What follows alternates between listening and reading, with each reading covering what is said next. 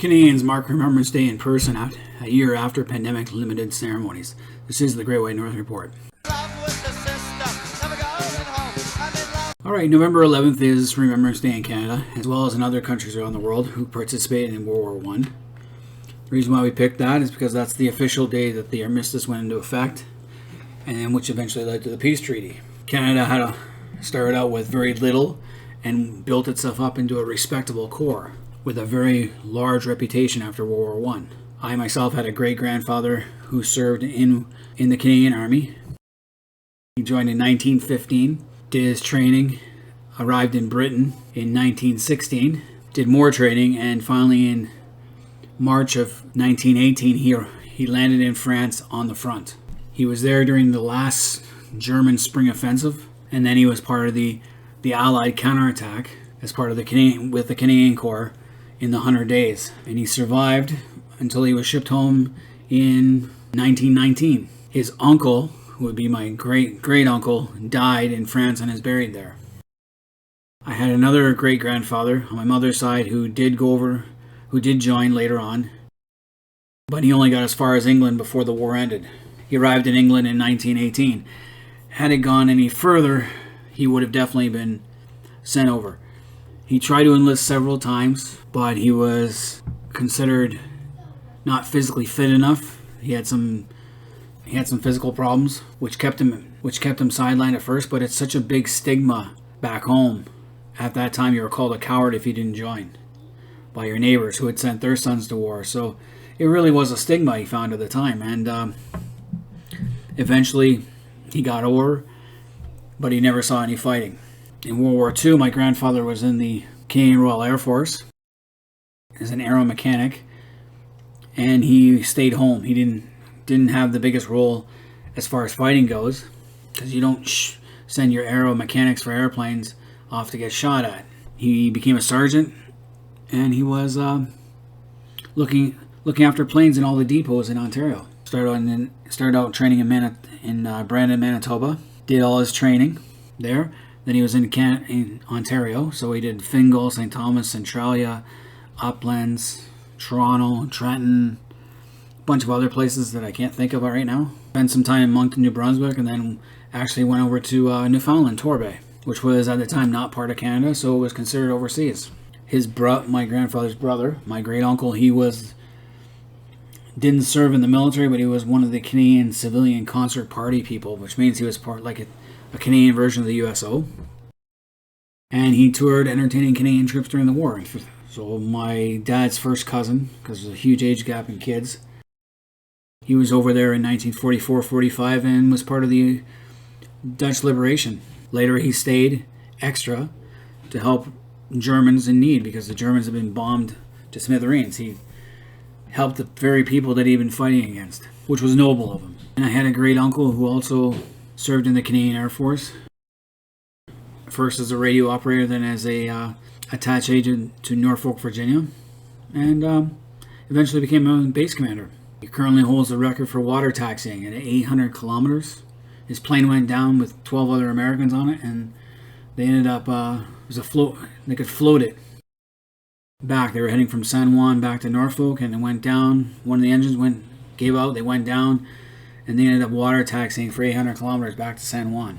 A couple of the hours that happened, they were alone by themselves.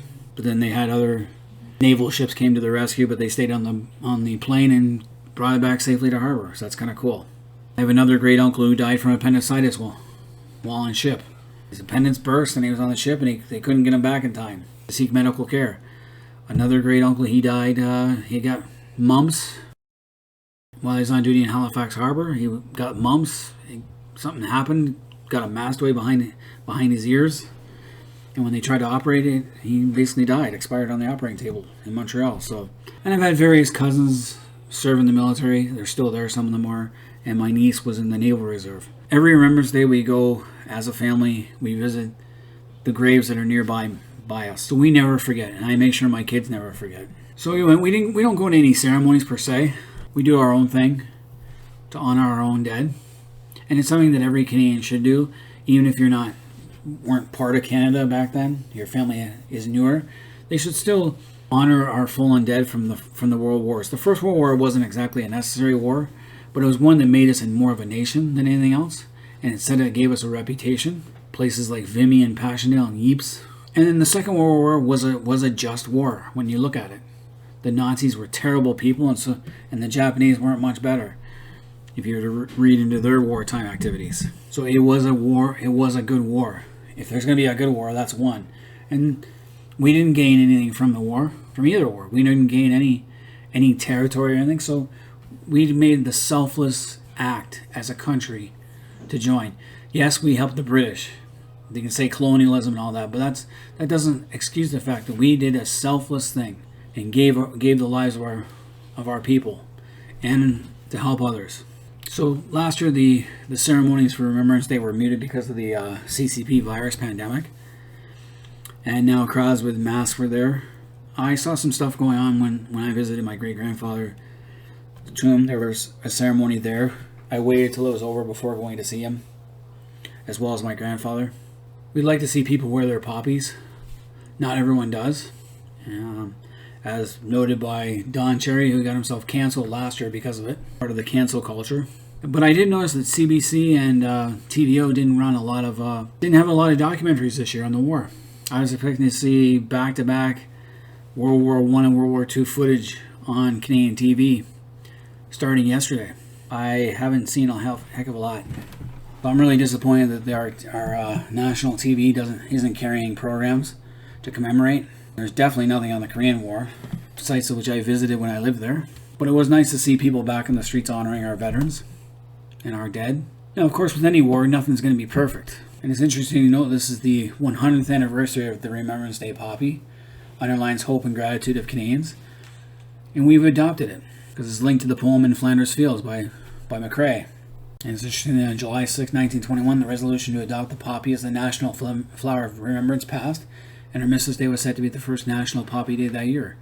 So it's the 100th anniversary of the poppy. We've had it for 100 years, and now people in Canada don't want to wear it. And to me, that's a national shame.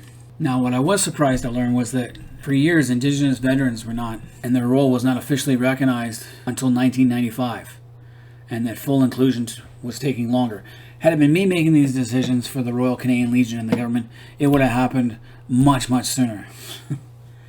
I cannot believe that it took that long. That's one of those things I didn't know. I knew about the residential school system and the fact there'd be graves there, but I didn't know about this. I always assumed that those Indigenous people who fought for Canada, who fought in Canada's army, were given full rights as any veteran. So according to this article, on Remembrance Day, he can be part of the ceremony, but there's no acknowledgement of Indigenous contingency that served in the armed forces.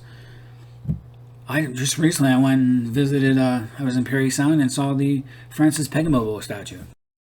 Swedish rock band Sabaton, they honor Francis Pegamo with a song called A Ghost in the Trenches. We should be remembering the Indigenous soldiers as well as anybody. Like, to me, it doesn't make a difference what you are. So if you serve in the Canadian Armed Forces, you're gold. You're golden to me. So for me, that's kind of a shame. I also didn't know that the Indigenous people, the Aboriginal people of Canada, have their own National Aboriginal Veterans Day. I did not know that. I learned about that. And they've had it since 1994, I believe, in Manitoba was the first Aboriginal Veterans Day. And then it has since spread and become a national thing. Never hear about that one. But I think it's a good gesture, but I think it shouldn't be. I think it should be, everyone should be part. And that's part of the problem with the whole system, is that when Canada was formed, even with the British, we treated the Native peoples as independent tribes, different nations. That's why they're called First Nations. They're different nations. They weren't unified in one nation. They were different nations. They became part of Canada, not often by choice. And we didn't integrate them properly, or they didn't want to integrate in a changing world. So there's fault on both sides of that border. I think it was a mistake to make them. It's one thing to be. It's hard to explain. For me, it's great they keep their customs and their language, but at the same time, they also need to let go of the separate nation idea.